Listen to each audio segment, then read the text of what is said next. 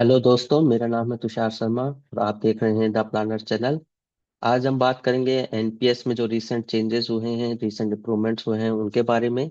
मगर उस वीडियो को स्टार्ट करने से पहले अभी तक आपने चैनल को अगर सब्सक्राइब नहीं किया है तो चैनल को सब्सक्राइब कीजिए, वीडियो को लाइक कीजिए और वीडियो को दोस्तों के साथ शेयर कीजिए। तो आज हम डिस्कस करेंगे कि कैसे आप 1 करोड़ से ऊपर की एन्युटी जनरेट कर सकते हैं with the help of NPS. तो एनपीएस पे रिफॉर्म्स क्यों जरूरी थे? तो अगर एनपीएस रिफॉर्म्स की बात करें तो गवर्नमेंट का अब काफी फोकस है एनपीएस के ऊपर है।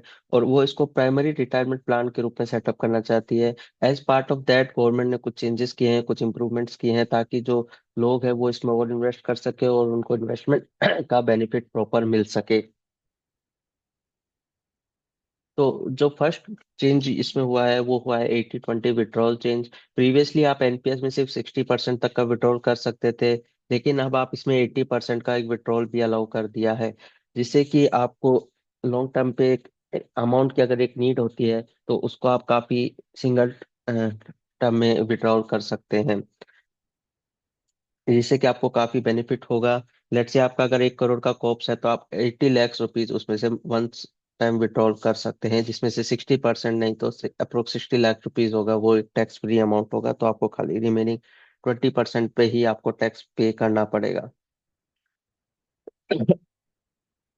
इसका अलावा जो 20% पे हम टैक्स की बात करें तो वो टैक्स होगी, और इसकी जो आपकी एन्युटी जनरेट होगी रिमेनिंग 20% की, वो आपके जो नेचुरल आप टैक्स स्लैब में है उस स्लैब के बेसिस पे टैक्स कैलकुलेट होगा उसके ऊपर। तो यहाँ पे एक अच्छा विड्रॉल ऑप्शन में इंक्रीज किया है।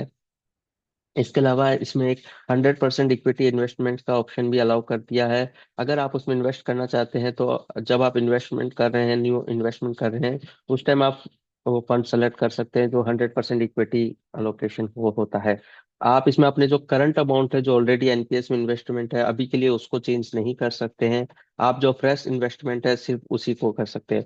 तो अगर आप यंग जनरेशन है, लेट्स से 25 30 35 की एज में है, तो आप इस ऑप्शन को भी चूज कर सकते हैं और 100% इक्विटी फोकस अपने पोर्टफोलियो को बना सकते हैं, ताकि आपको कंपाउंडिंग का काफी अच्छा बेनिफिट मिल सके, क्योंकि आपके पास 25-30 सालों का जो एक लॉन्ग पीरियड होगा उसमें आपको एक इक्विटी एक्सपोजर काफी हेल्प करेगा। इसके अलावा सिस्टमेटिक यूनिट रिडेम्पशन भी दिया गया है। ये काइंड ऑफ वैसे ही है जैसा म्यूचुअल फंड्स में हमें मिलता है सिस्टमेटिक विड्रॉल प्लान्स के थ्रू। तो अगर आपका फंड्स लेट से आपका 8 से 12 लाख का फंड है तो आप वन शॉट में 8 लाख रुपीज का विड्रॉल ले सकते हैं। इसके अलावा जो रिमेनिंग अमाउंट होगा उसको आप अप्रोक्स 6 ईयर तक विड्रॉ करवा सकते हैं with the help of systematic unit redemption. तो इससे आपको बेनिफिट ये मिलता है कि मार्केट के जो फ्लक्चुएशन होता है उससे आपके अमाउंट पे इम्पैक्ट थोड़ा कम हो जाता है। और प्लस आपका जो टैक्स मैनेजमेंट है वो भी काफी अच्छा हो जाता है, क्योंकि आप अमाउंट को एक वन टाइम रिडीम करने के बजाय आप उसको 6 ईयर्स में रिडीम कर रहे हैं, तो आपकी जो टैक्स लाइबिलिटी है वो 6 ईयर में डिवाइड हो जाती है। और अगर आप रिटायरमेंट पर्सन है तो काफी अच्छे चांसेस है कि आपको उस पर कोई टैक्स भी पे नहीं करना पड़े। इसके अलावा इन्होंने अर्ली एग्जिट्स का भी इम्प्रूवमेंट किया है। After 15 years subscriber early exit कर सकते हैं।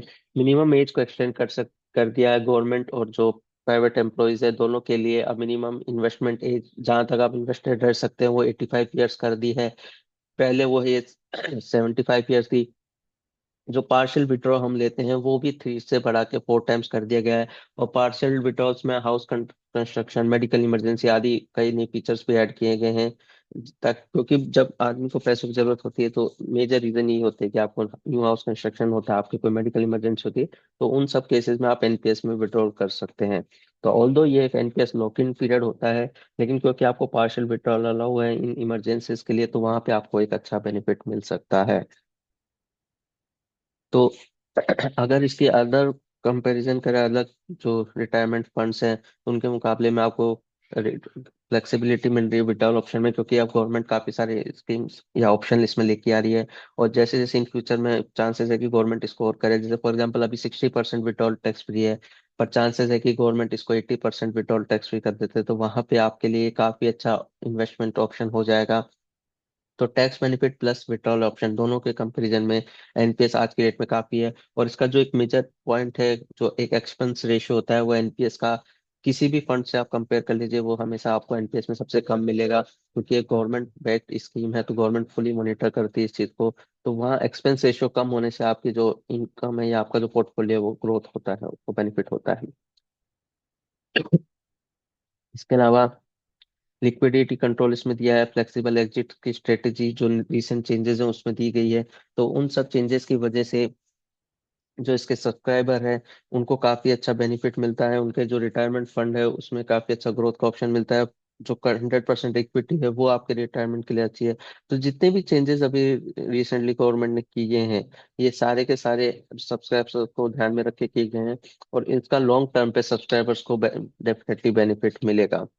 जो सब्सक्राइबर हैं, जो इन्वेस्टर हैं, उनको उनके रिटायरमेंट के लिए फ्लेक्सिबिलिटी मिलेगी, ताकि वो एक सेविंग्स की आदत को अपने डाल सके। क्योंकि प्रीवियसली जो सेविंग ऑप्शन थे, हम प्राइवेट सेक्टर की बात करें तो उनके पास ऐसा कोई स्टैंडर्ड रिटायरमेंट प्लान नहीं होता है। कई प्राइवेट कंपनीज होती हैं, जो बैंक्स वगैरह होते हैं, उनके जो रिटायरमेंट प्लान होते हैं हम उन्हीं को कंसिडर करके चलते हैं। लेकिन एनपीएस के रूप में हमारे पास एक काफी अच्छा प्रोडक्ट है जो लॉन्ग टर्म वेल्थ क्रिएशन को सपोर्ट करता है।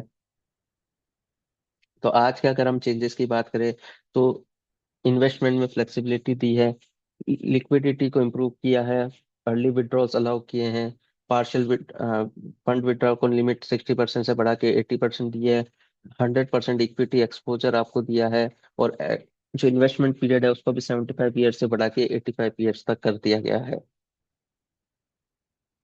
इसके अलावा भी अगर आपके एनपीएस से रिलेटेड कोई भी क्वेश्चन है या आपके कोई कंसर्न है तो उनको कमेंट्स बॉक्स में दीजिए, ताकि हम उनका आंसर कर सके। एनपीएस एज ए प्रोडक्ट आपको कैसा लगता है, आप हमें जरूर बताइए। वीडियो को अगर अभी तक आपने लाइक नहीं किया है तो वीडियो को लाइक कीजिए, दोस्तों के साथ सब्सक्राइब कीजिए। अगर आप चाहते हैं किसी और टॉपिक को भी हम डिटेल में कवर करें तो कमेंट बॉक्स में हमें बताइए। Thank you everyone. बाय।